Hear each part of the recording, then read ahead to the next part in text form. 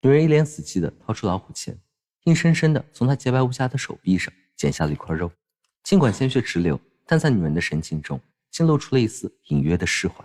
加入王室后，女人失去了她的所有快乐，叛逆行为成了她无声的反抗。1981年，年仅20岁的戴安娜与查尔斯王子定下婚约。7月29日，在伦敦圣保罗大教堂，他们举行了盛大的婚礼。这场童话婚礼吸引了全国10亿观众的目光。戴安娜成为了30年来首位嫁给王位继承人的女性。政治花季的她和普通女孩一样向往着爱情，憧憬着与查尔斯王子以后的生活就如童话故事那般美好。可实际上，婚后的生活打破了她的所有幻想。原本的戴安娜过着简单而自在的生活，但嫁入王室后，她的自由仿佛变成了一种奢侈。每天被狗仔队跟踪，无数个摄像机监控，她的生活没有一点隐私，全透明的向世界公开。她的一言一行变得更加拘谨小心。而在生活中，她很快便意识到了，想要婚姻和谐，她就必须在各个方面无条件迁就查尔斯。适应新角色的压力全部落在了戴安娜一人身上。查尔斯也并未因婚姻改变原有的生活方式，也正因为二人生活方式的不同，导致二人之间逐渐出现了隔阂。更让戴安娜无法接受的是，查尔斯与前女友卡米拉一直保持联系。新婚后的戴安娜陷入了严重的焦虑和巨大的压力之中，导致她患上了精神性暴食症，常常以泪洗面，身体日渐消瘦，腰围从29英寸减至23英寸。戴安娜怀孕期间，她与查尔斯度过了一段幸福时光，但查尔斯一直期望生个女儿。当戴安娜生下哈利王子后，查尔斯轻描地说了句“哦，又是个男孩”，便转身去打马球。戴安娜对此深感失望，这也成为了他们婚姻破裂的前兆。戴安娜曾试图挽回婚姻，先是找到卡米拉，希望她离开查尔斯，但未能如愿。随后她直接质问卡尔斯，得到的却是卡尔斯冠冕堂皇的回应：我不想做一个没有情妇的威尔士亲王。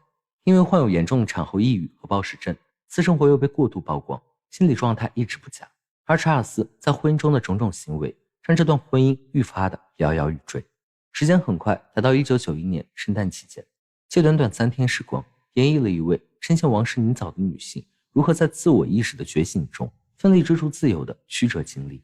而3天后，戴安娜就可以彻底离开这个把她置于地狱的男人。可这3天却把戴安娜折磨得痛不欲生。英国王室成员纷纷奔赴诺福克郡那宏伟庄严的桑德林汉姆庄园，准备一同度过1年1度的圣诞节。庄园外，军队的车辆满载着物资缓缓驶入，车轮滚滚扬起尘埃，路边一只早已没了生气的野鸡沉横在地，一辆辆军车无情地从他身上碾过。那凄惨的场景仿佛是一个不吉利的预言，给整个画面都蒙上了一层灰暗的阴影。这时，一辆黑色轿车缓缓驶过，轿车的主人正是戴安娜王妃。她透过车窗窥视着王室威严的庄园，眉头不经意地皱起，因为这座庄园对她而言就仿佛一座无形的牢笼，这里的每一条规矩都如同冰冷的铁链，紧紧地捆绑着她的自由。圣诞晚宴前有一个令人匪夷所思的环节，每个人都要坐在秤上记录下自己的体重。在王室成员的观念里，体重增长了多少似乎成了衡量这个圣诞节过得是否开心的唯一标准，而理想的增重量是那精确到几乎荒谬的3磅。但戴安娜却坚决拒绝，这时的她已经患上了厌食症，可即使这样，管家也不打算给予她宽容。 Her Majesty herself just a second ago said on these scales that she was very insistent that everyone joins in. 如果坚决不称重，就会被所有人认为是藐视传统。面对管家强硬的态度，戴安娜只能妥协。刚称完重后，戴安娜便急速地跑去厕所催吐。她不断地安慰自己，只要再撑3天，就可以永远地离开这里了。王室的规矩严苛，就连房间里的温度都被严格地规定好。即使身上传来阵阵寒意，她也只能无奈地往身上多加几件衣服。身为王妃，她的穿戴要求堪称苛刻到极致，每一场合都必须佩戴相应的衣服，的选择更是不能有丝毫差错，否则就会被视为对王室尊严的冒犯。这些本来供人享受的东西都变成了裹挟戴安娜的枷锁。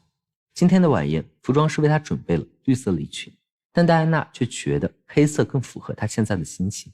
可显而易见，穿什么衣服并不是戴安娜可以决定的。在服装师的劝说下，她最终换上了那套绿色礼裙。 You'll be in the world in some pub, laughing, and I will be in a field full of fucking landmines. So stand very still and smile a lot. 在宴会上，王室中的仆人、军官们个个如同忠诚的卫士，时刻紧盯着戴安娜王妃的一举一动。虽然他们什么都没有说，但那副英式狼顾便足以让戴安娜窒息。她稍有想要离开这压抑氛围的举动，便会被守卫无情地阻拦。此刻，戴安娜脖子上那条代表华贵的珍珠锁链也变得愈发沉重，戴安娜的情绪也接近崩溃。这样压抑的氛围让戴安娜无法平静。珍珠毁掉了精致的晚餐，她拿起汤勺，狠狠地舀起那些珍珠，放入口中，用力搅碎。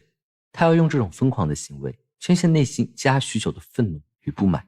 接着，她踉跄地来到卫生间，以惯用的手法进行催吐。原来刚才发生的一切只不过是戴安娜的臆想。当暴食症再度发作时，戴安娜谨慎地来到厨房找些吃的，但最终还是被人发现了。管家告诉戴安娜，她的职责就是在这最后3天里监视戴安娜的每一分每一秒，因为曾经被狗仔队偷拍到了一次。此后仆人便更警惕地看守，管家一遍又一遍地提醒她拉紧窗帘，免得又被人拍到她更衣的画面。 You really watch? I watch to make sure that others do not see. The lenses are more like microscopes, actually. And I'm the insect in the dish. You see, they're pulling my wings and my legs off. One by one, making notes on how I react. 到最后，他们甚至将窗帘缝了起来，彻底断绝了戴安娜与外界那仅存的一丝微弱联系。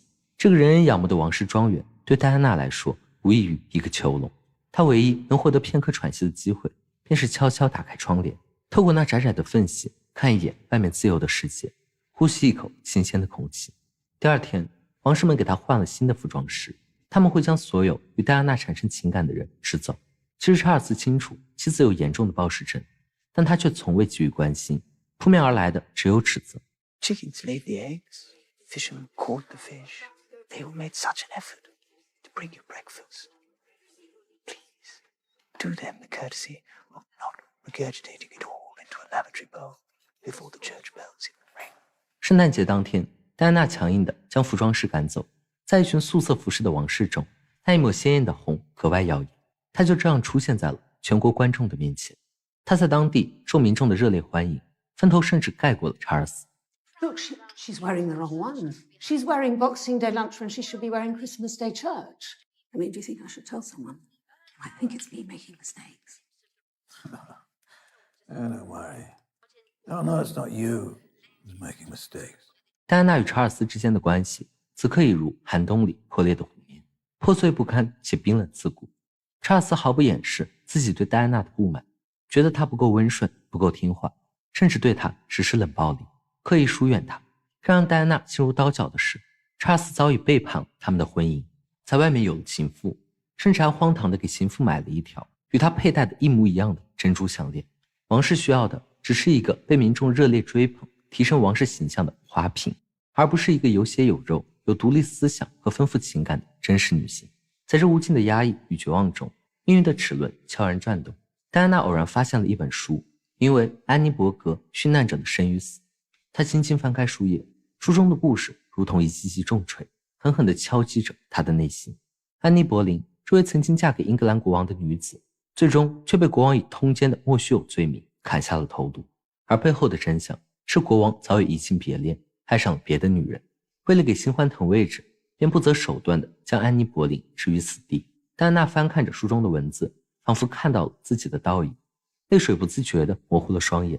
她愈发清晰地意识到自己在王室中的悲惨处境，就如同安妮·柏林一般，被困在这看似华丽实则残酷的牢笼里，无力挣脱。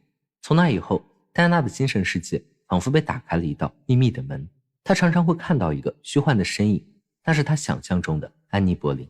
这个安妮·柏林就像她内心深处另一个勇敢的自己，鼓励她勇敢地逃出王室的禁锢，去追寻她遥不可及却又无比渴望的自由。在安妮·柏林的不断影响下，戴安娜内心沉睡已久的自我意识开始慢慢苏醒，不再逆来顺受。她开始用自己的方式对这压抑的一切发起反抗。Tell them I'm not well. Tell them I'm not at all well. 戴安娜穿着一身洁白无瑕的礼裙，来到一处废弃的宅地。戴安娜童年时期的回忆都在这里记载着。从前那个勇敢坚毅，不管遇到任何困难都会向前奔跑的女孩在脑中浮现。这一刻，安妮·柏林再次出现，给予了戴安娜勇气的力量。戴安娜的反抗之火越烧越旺，她依然扯下了那条束缚她自由，让她逐渐迷失自我的项链。珍珠敲打地面的声音也真正唤醒了戴安娜被淤泥吞噬的本我。这一刻，她感到了前所未有的轻松。圣诞节结束后，也到了戴安娜彻底离开这座人间炼狱的时候。可车子开到半程，她却突然停了下来，因为作为母亲，她没有办法就这样一走了之。她要带着2个心爱的儿子逃离这个让她痛苦不堪的地方，去寻找真正属于自己的生活。于是戴安娜不顾被猎枪击中的风险，张开双臂走进猎场中央。Boys, I want to take you home. 看到戴安娜的行为，女王满脸凝重，但碍于面子，她并没有多说什么。I'm not moving from this spot until they come to me. 就这样，众人眼睁睁地看着戴安娜与2位王子的身影渐行渐远。她驾驶着汽车风驰电掣般的离开了庄园。他们一路高歌，窗外的风景如同幻影般飞驰掠过。戴安娜眼中充满了决绝与期待。不知开了多久，戴安娜来到了一家肯德基店门前。那充满人间烟火的氛围让她感到既陌生又亲切。她看着菜单，点了许多高热量的食物。这些对于长期生活在王室严格饮食规范下的她来说，充满了致命的诱惑与新奇的魅力。当售货员微笑着问她名字时，她微微一愣，短暂的犹豫后，脸上绽放出了一抹如释重负的微笑，轻声回答道：斯宾塞。这一刻，她不再是那个被王室规矩紧紧束缚着的戴安娜王妃，而是回归了最本真的自己，戴安娜·弗兰西斯·斯宾塞。她终于摆脱了所有枷锁，获得了自由。斯宾塞让我目睹的不是一个王妃的崩溃，而是一个鲜活的生命如何在规训与异化中，用几乎自毁的方式捍卫灵魂的完整。